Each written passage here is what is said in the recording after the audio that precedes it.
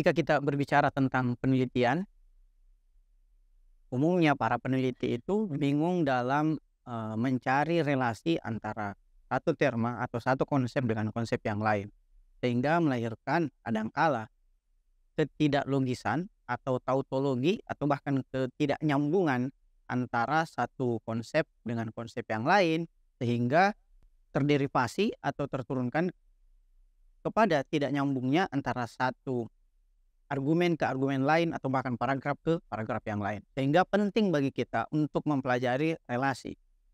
Apa yang kemudian kita maksud sebagai relasi? Relasi adalah kaitan antara dua konsep. Jadi jika ada dua konsep yang berbeda satu sama lain itu, apa kaitannya? Nah, di dalam logika penelitian hanya ada 4 relasi dalam dua konsep yang berbeda. Yaitu pertama relasi beda, yang kedua relasi sama, yang ketiga relasi umum khusus satu segi, dan yang keempat adalah relasi umum khusus mutlak.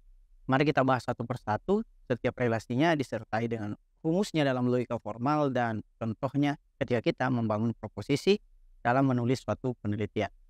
Nah, yang pertama adalah relasi beda. Relasi beda definisinya adalah relasi antara dua konsep yang tidak saling melingkupi satu sama lain. Untuk saya ulang, relasi beda adalah relasi antara dua konsep yang tidak saling melingkupi satu sama lain. Adapun rumusnya dalam logika formal adalah setiap A bukanlah B dan setiap B bukanlah A. Nah, dari seluruh relasi atau dari keempat relasi beda adalah relasi yang paling mudah kita temukan dalam membangun suatu konsep atau proposisi penelitian. Saya berikan contoh misalnya yang paling umum dalam buku-buku logika. Setiap manusia bukanlah batu dan setiap batu bukanlah manusia. Itu adalah dua konsep yang terlingkup dalam relasi beda. Atau misalnya kalau saya membawa ke dalam disiplin ilmu saya, ilmu hukum, maka contoh proposisi dalam relasi beda adalah hukum bukanlah politik sebagaimana politik bukanlah hukum. Itulah mengapa banyak para peneliti hukum penelitiannya tertolak karena masih menggunakan paradigma atau background ilmu politik. Nah, relasi yang kedua adalah relasi sama. Per definisi, relasi sama adalah relasi antara dua konsep yang saling melingkupi satu sama lain. Jadi jika relasi beda adalah tidak saling melingkupi satu sama lain, maka kebalikannya adalah relasi sama, yaitu dua konsep yang saling melingkupi satu sama lain. Adapun rumusnya dalam logika formal adalah setiap A adalah B dan setiap B adalah A. Itu rumusnya dalam logika formal. Adapun contoh proposisi atau contohnya dalam buku-buku logika, setiap manusia adalah rasional dan setiap yang rasional pasti manusia. Jika saya kaitkan dengan background keilmuan saya, ilmu hukum, maka hukum merupakan norma perilaku tertulis atau setiap hukum merupakan norma perilaku tertulis, dan semua atau setiap norma perilaku tertulis pastilah hukum. Itu dua konsep yang termaktub dalam relasi sama. Relasi yang ketiga adalah relasi umum khusus mutlak. Jika misalnya kita membaca atau menyusun penelitian dan relasinya tidak beda, relasinya juga tidak sama, bisa jadi relasinya adalah relasi umum khusus mutlak. Per definisi, relasi umum khusus mutlak adalah relasi antara dua konsep di mana satu konsep melingkupi konsep yang lain secara keseluruhan dan tentunya tidak berlaku sebaliknya. Makanya yang satu konsepnya umum melingkupi konsep lainnya yang sifatnya khusus, tapi tidak berlaku sebaliknya karena yang khusus tidak mungkin melingkupi yang umum. Yang umumlah yang melingkupi yang khusus.